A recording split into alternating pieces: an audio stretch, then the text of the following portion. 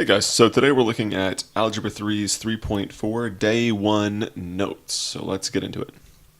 No, that's not what I wanted. So 3.4 is about looking more into zeros and how to solve polynomials based on figuring out their zeros. And in the last section, 3.2, we talked about how factors relate to zeros and how every factor can be set equal to zero and that finds a zero, and how leading coefficients and degree can talk about in behavior based on those zeros, and the multiplicity at the zeros can tell you whether the graph crosses or bounces, right? This is just a continuation of that kind of thing. So the first thing we'll be doing is looking at how factors relate to zeros, which we've already talked about, but we'll talk about it again. And then we'll talk about the rational root theorem. And what this allows us to do is to find possible rational roots. Then once you find them, you can use synthetic division to divide out the factors.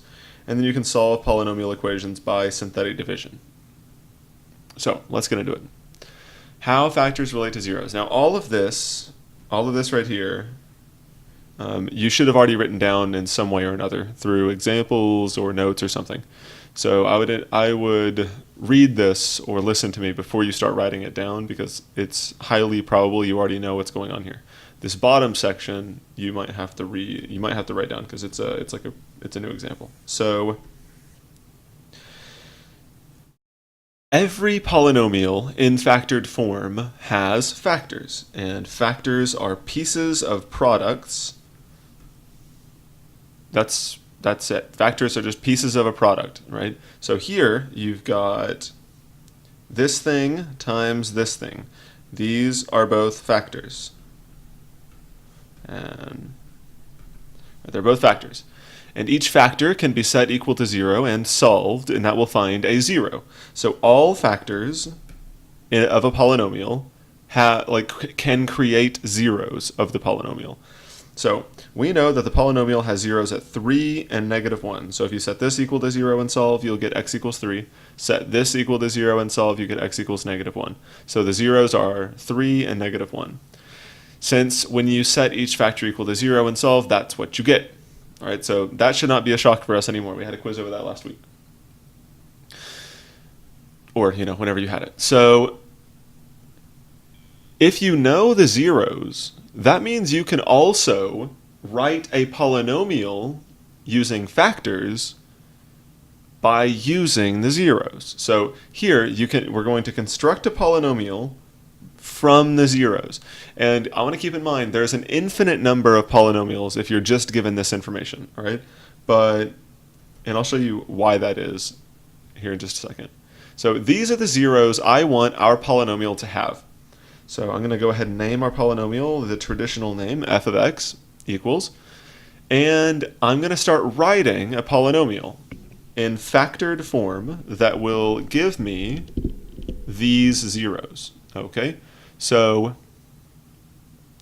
if I know the 0 is -1, well, right, this would have created -1. This is the factor that would have led to getting this 0. So what you can do is you can take the 0 and create the factor from it. And here is the best way to do it. The original step when you were given the factor to get the 0 was to set the factor equal to 0, right? So if you imagine this factor set equal to 0, x plus 1 equals 0, the setting equal to 0 part is what we're going to use here, okay? And then you solved for x, and so we got x equals -1. What we want to do is create a polynomial that has just a bunch of factors. And the idea is you take the zeros you're given, write them out just like this, and then manipulate it so that it is equal to 0.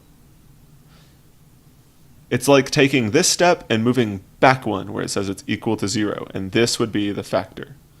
That is what we're going to do. So this would have x plus 1 as a factor, and if you were to subtract 3 from both sides, you would get you would get x minus 3 equals 0. So that x minus 3 is the factor. This is a polynomial that when you set each factor equal to 0, you could get these zeros. However, it's not the only polynomial that this would work for. For instance, if this was squared, the polynomial would be completely different, but it would still have the same zeros. This could be cubed. And now again, it is another polynomial. You could also do something cosmetic, right? Like, well, it's not cosmetic, it changes stuff, but it doesn't change your zero. So what if you had this set up?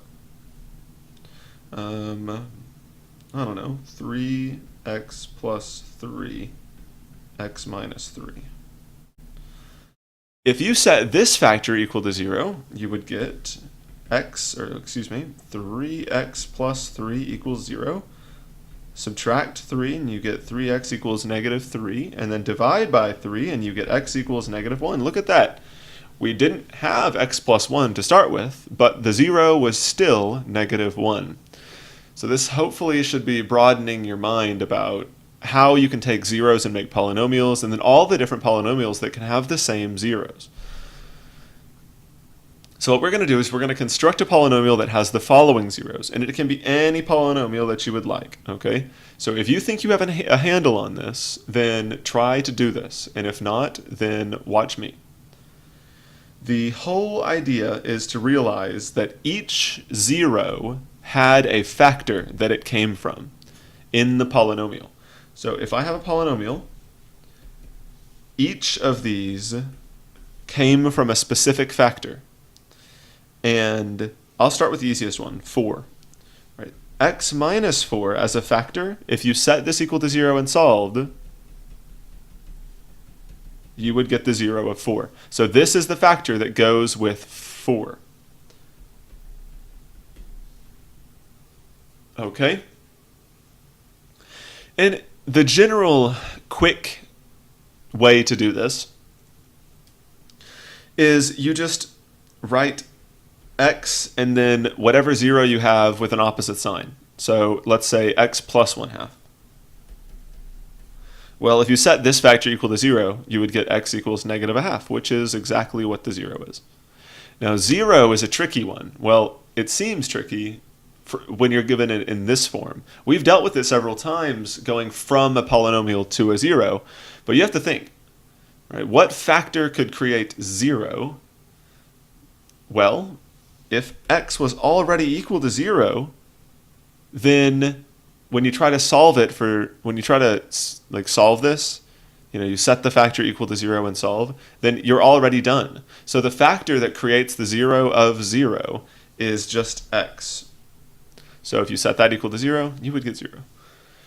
Finally, the last one is the 11/2. Now I'm going to do something different. You could just write x minus 11 over 2. However, I'm going to do something different. I'm going to write it this way. And this is just another way you could do it. That factor will also create the 0 of 11 over 2. Because if you set this equal to 0,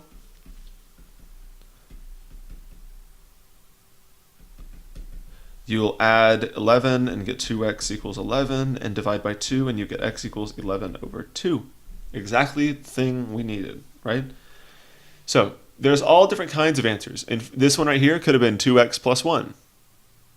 Anything that will generate these zeros is fine. Now, moving on. Next, we're talking about the rational root theorem. And I'm going to be honest with you. Give me just a second. I'm going to be honest with you. The rational root theorem is not a cool theorem. All right, there's a lot of cool theorems in math, and this is not one of them. It had its glory days back before we could use calculators to find zeros, but in a calculator era, this is pretty much just a lot of work, and I'll explain why it's a lot of work. Let me say this up front, right? I don't like the rational root theorem. I have to teach it to you, and so I'm going to. But I am a practical teacher, and that means that I am not going to make you use the rational root theorem to solve polynomials. However, I will make you show me that you know what the rational root theorem is.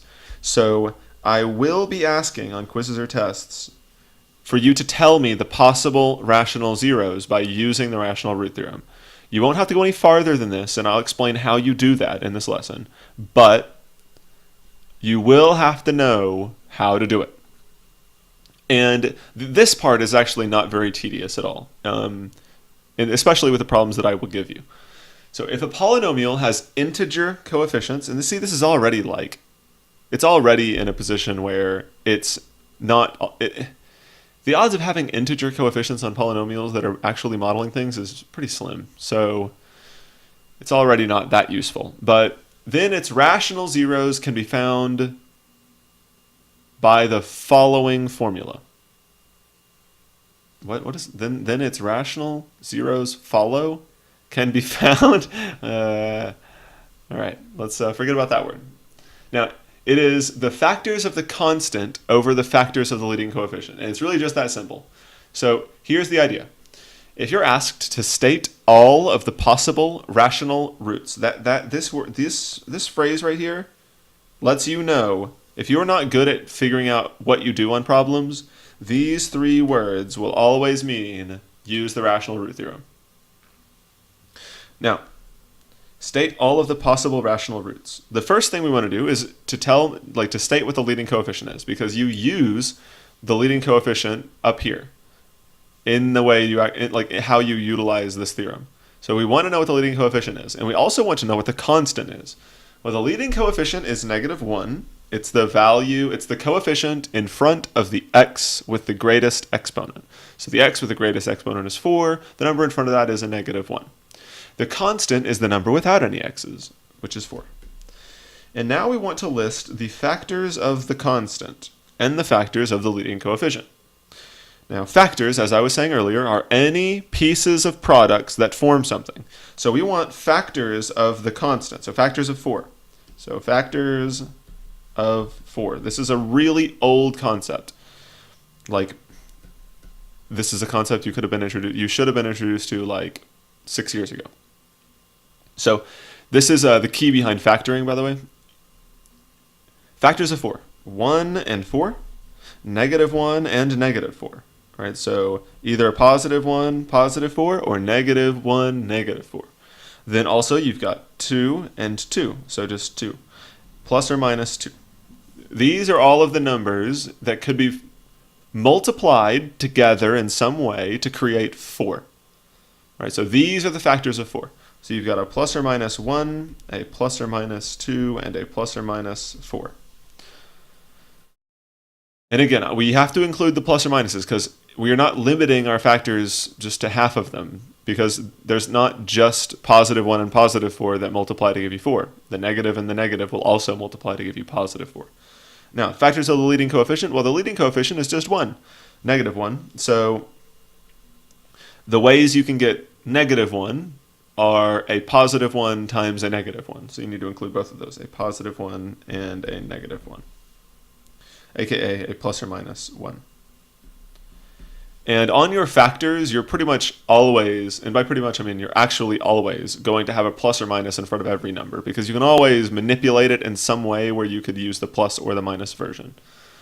So try to keep in mind all the negative possibilities here. Now, this has not been very difficult. We could have done this, like, if you had already known how to do this, you could have done it in like 15 seconds, right? Oh, 1, well, that's just 1 and 1, or 1 and -1. 4, oh, that's 1, 2, and 4. All right. So once you get these two lists of factors, you start writing out all of the possibilities. Now, here's how I want to deliver this speech. This is an exhaustive list. It is a list that contains every possibility of the numbers given. Okay? So what that would look like and what that means is that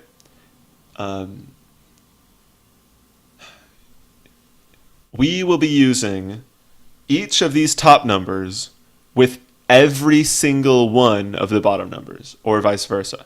So we will take a +1. So imagine that there are two numbers here, 1 and -1. and then we've got 1, -1. Man, I really do not like this color. So say we've got 1, -1, 2, -2, 4, -4. That's if we wrote out all of the factors. And then here we've got 1 and -1. Here is what I mean by an exhaustive list where each of these numbers up here gets tied with each of these numbers down here. We get something that looks like this. If we're trying to create a factor of the constant over the factor of the leading coefficient, these are the constants, these are the leading coefficients. You will take 1 over 1, that's an option. So we've got 1 over 1. Then we've got 1 over -1. So this number has now used all of the bottom numbers. So we're good. 1 over -1. And then you've got -1, the next number up here, using each of these down here. So -1 over 1, that will still just be -1. And then -1 over -1, which will be +1, which we already have. And what you end up with is a long list of numbers. You just take each of these and start matching them. Each of these match. All right, hopefully you get the idea. So we're going to end up with 2 tied to 1, 2 tied to -1. So that's going to be a positive or -2. And then here you've got a -2 tied to 1, -2 tied to -1. Well, we've already got both of those possibilities. Here, 4 over 1, 4 over -1. So that's a positive or -4. And then here's -4 over +4. Or -4 and then +4. And this is why we typically leave the factors in this form, because all of the possible rational zeros will be positive or negative as well. So the possible rational zeros here would be, if you wanted to write it concisely, it would be ±1, ±2, and ±4. So that 6 possibilities, 1, 2, and 4, -1, -2, -4. Those are the possible rational zeros. So this process is, I want to do another example, just for the sake of it, just so you guys have an extra thing to look at. So say we had a polynomial f of x equals 2x squared plus 3x plus 6. All right, there's a polynomial, and it still follows the rational root theorem because each of the coefficients are integers. Now, the factors of the constant. Well, the constant is 6, so factors of 6. That is going to be ±1, ±2, ±3, and ±6. 1 and 6 go together, 2 and 3 go together. Then we have factors of the leading coefficient. The leading coefficient is 2, so factors of 2. That's ±1, ±2. And if you write it this way, it's pretty easy because you just think of the list by going down this way. So you got this over this, this over this. Then we'll take this over this, this over this. Then we will take this one over this one, this one over this one. And then we will take this one over this one, this one over this one. All right, that's the idea here. You make it an exhaustive list. So I'm going to go through that list. ±1 over ±1. Well, what is 1 over 1? Well, it's just 1. So it's ±1. Then you've got 1 over this 2. So you're going to have, what is 1 over 2? Well, it's 1/2. So it's ±1/2. Then you've got 2 over 1, because now that you're going to start using the 2, because you've already exhausted everything that this 1 can go over. So you're going to have 2 over 1, which is 2, so ±2. Then you've got 2 going to the 2, and 2 over 2 is 1, and we already have 1 here, so we don't need to write that one again. Then we've got the 3. Now we got to go through the list of the 3's. So 3 can tie with 1, 3 can tie with 2. So it'd be 3 over 1, which is 3, ±3, and then 3 to the 2, so it's going to be ±3 over 2. And now we've got 6 over 1 and 6 over 2. So ±6, because that's 6 over 1. And then 6 over 2 happens to be 3, and we already have 3. So this would be the list of possible zeros on this other problem. Okay? It really doesn't take all that long. Sometimes the factors might be kind of large, but it's not the end of the world. Now, here's the next thing. What you can do to determine whether or not that possible zero is an actual zero is to try to synthetically divide by that zero. And if you get a remainder of zero, then that means your proposed zero is an actual zero. Okay? So, one thing to point out, that the synthetic division of the polynomial must be done when the polynomial is in standard form with a coefficient for every single exponent of x in descending order. And I'll give you an example of this right now. This polynomial follows this rule. I'll write a couple of polynomials out right here that don't follow the rule. So, for example, y equals 4x to the fourth plus 3x squared minus 2. This is a polynomial that does not follow this rule because every single exponent counting down from 4 need to be present in my polynomial. So it would also need, so we've got x to the fourth and x squared. Well, where is x to the third? Where's x to the first? Those need to make an appearance. So it would be 4x to the third plus 0x to the third, or excuse me, 4x to the fourth plus 0x to the third plus 3x squared plus 0x minus 2. So if you notice, this term came down here. This term was written over here, and this term was written over here. So all of the terms are present. However, we had to make placeholders for the x to the third term and the x to the first term. That's very important. I promise you, I will try to trick you on problems like this by doing this. I'm telling you that right now. I will give you polynomials that are not in this descending standard form because I want you to keep it in mind what's going on here. So you would use this polynomial when you're doing the synthetic division. Now, our polynomial already has x to the third, x to the second, x to the first, and then the number, so we're good. So here's how you synthetically divide if you have forgotten. The idea is you create a block and you put the 0, this is very important, you put the 0 out here, not the factor, okay? So there is the 0 on the outside of the block. Now you put all of the coefficients in order in the block. So it'd be 1, 8, 11, and negative 20. That's a 1x to the third, 8x squared, 11x, and negative 20. So 1, 8, 11, negative 20. The first step is you drop down this first number. It is not necessarily going to be 1 every time. It is in this case. So do not assume that you just drop a 1 down here. That happens a lot, but don't think that you just drop a 1 down. You drop this number down, whatever it is. So you drop it down, and now you multiply the outside number times the bottom number. So negative 3 times 1.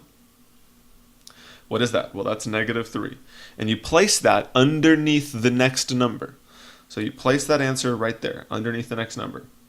And now you add down. So 8 minus 3, or 8 plus negative 3, is 5. And now you just repeat the process. You take the outside number times the bottom number. That's negative 15. Place that under the next number and add down. And you get negative 4. 11 minus 15 is negative 4. Now you take the outside number, negative 3, times the negative 4 again. And this time you get a positive 12. And negative 20 plus 12 is negative 8. Now, this is the thing to look at. This last number here is the remainder. If you got a remainder of 0, then the negative 3 would be a 0 of the polynomial. We did not get a remainder of 0. We got a remainder of negative 8.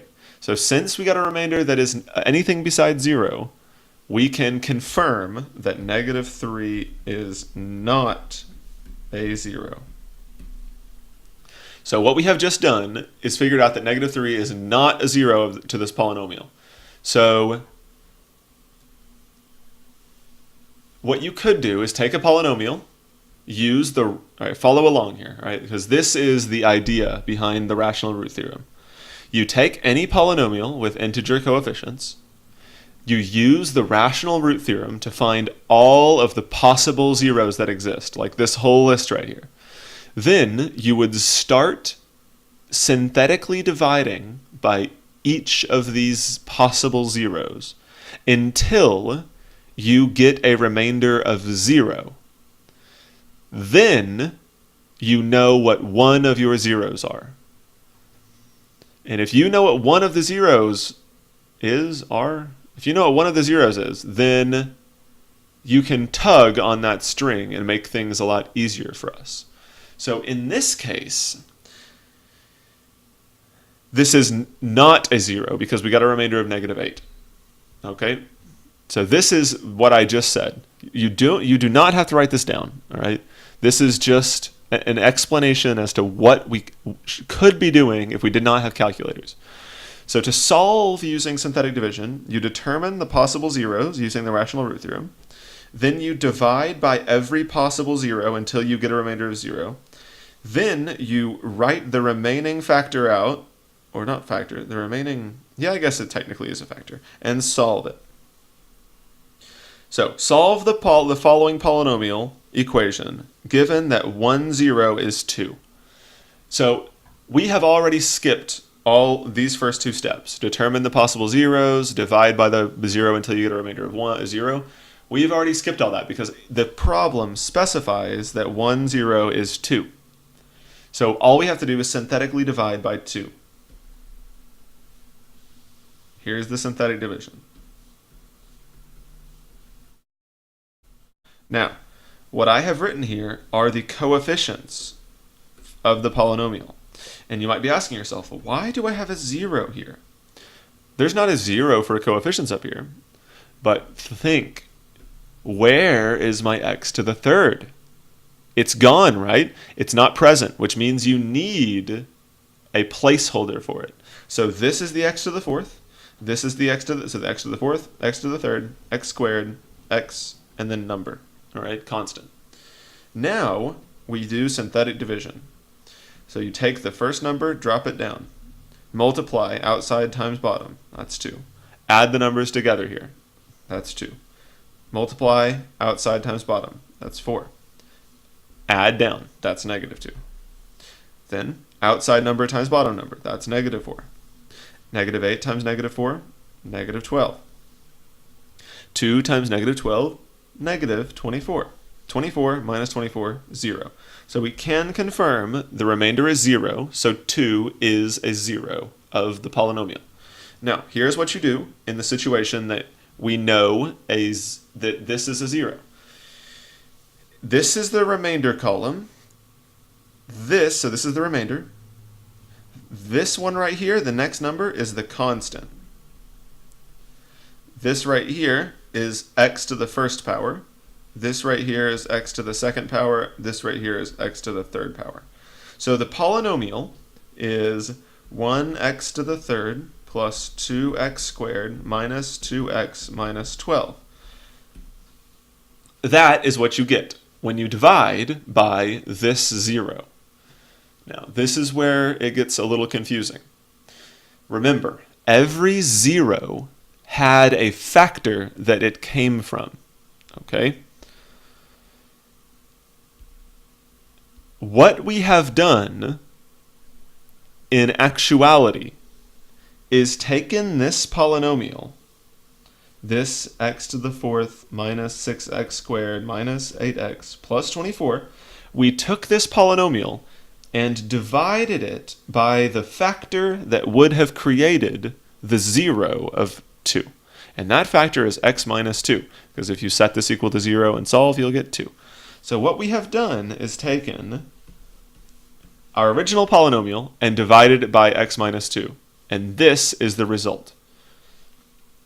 Now, if you accept that you take that this answer is this main polynomial divided by the factor that created this 0 here, which it is, you can think about it backwards. If this divided by this gives us this, you can work in reverse. We can say that this answer times the factor gives us the original polynomial. And that is how we want to think about this.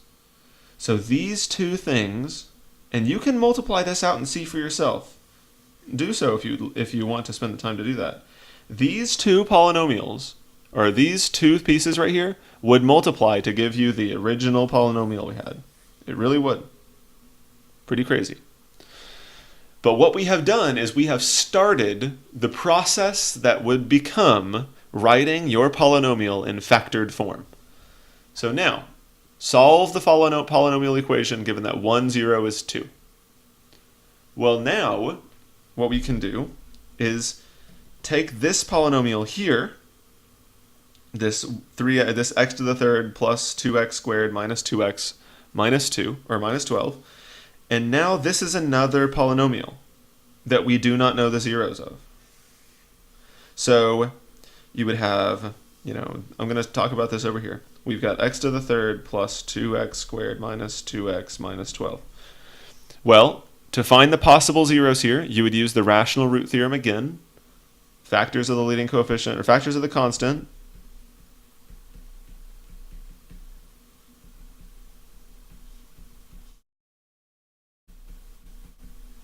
So that's a 12. So factors of the constant over factors of the leading coefficient, which is, plus or minus 1. And then we would have to take this cubed function and divide by every one of these possible zeros until you get a remainder of 0. Then that would be another factor. And then you would have a quadratic. And the quadratic can be solved using the quadratic equation or factoring, regular factoring. Hopefully, you recognize how painstaking this would be. It is very painstaking, right? That's why when I give you problems, I will only tell you things like, it won't say solve the following polynomial equation. It will say prove that 2 is a 0 to the polynomial, and you'll just have to stop here, okay? Or I will give you a cubic polynomial where your resulting polynomial here would be a quadratic, and the quadratic you could solve pretty easily by factoring it or something. Okay, so there's your homework. If you have any questions, please ask me, and I will catch you on the next one.